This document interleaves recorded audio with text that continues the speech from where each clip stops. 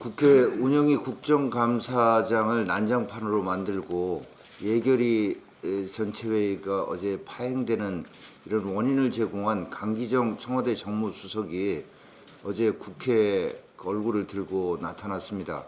참으로 낯이 두껍습니다.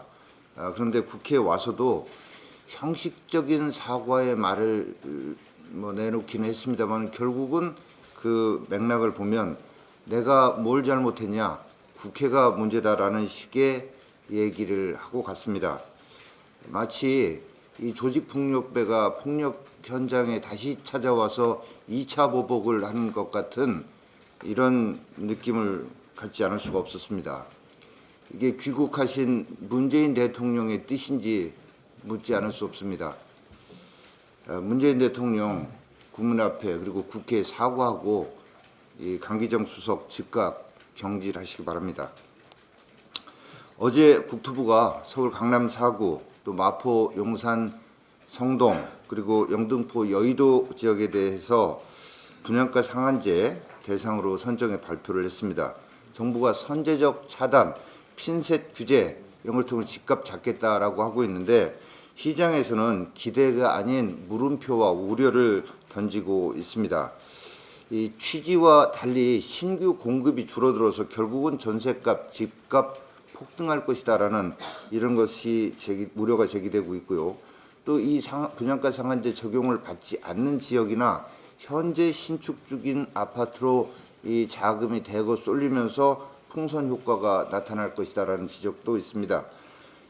아울러서 청약 현상이 극도로 과열 양상을 보이면서 로또 청약의 이런 청약이 더욱 기승을 부릴 것이라는 우려까지 제기되고 있습니다.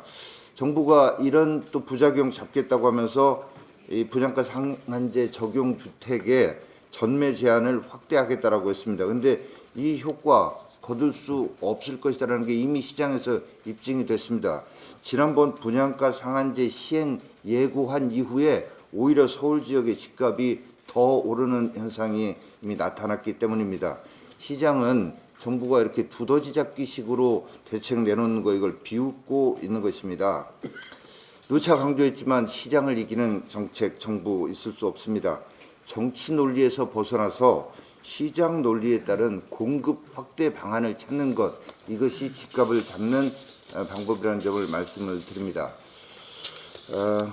그리고 이동식 발사대에서의 ICBM 발사할 수 없다라고 하는 얘기로 국제적인 망신까지 사고 있습니다만 김정은이가 금강산 관광시설 철거하라라고 한 이후에 이 통일부 등 정부 부처가 참으로 분주합니다. 그런데 이 분주한 모습을 지켜보는 국민의 마음이 참으로 굴욕적이고 걱정스럽기 그지없습니다.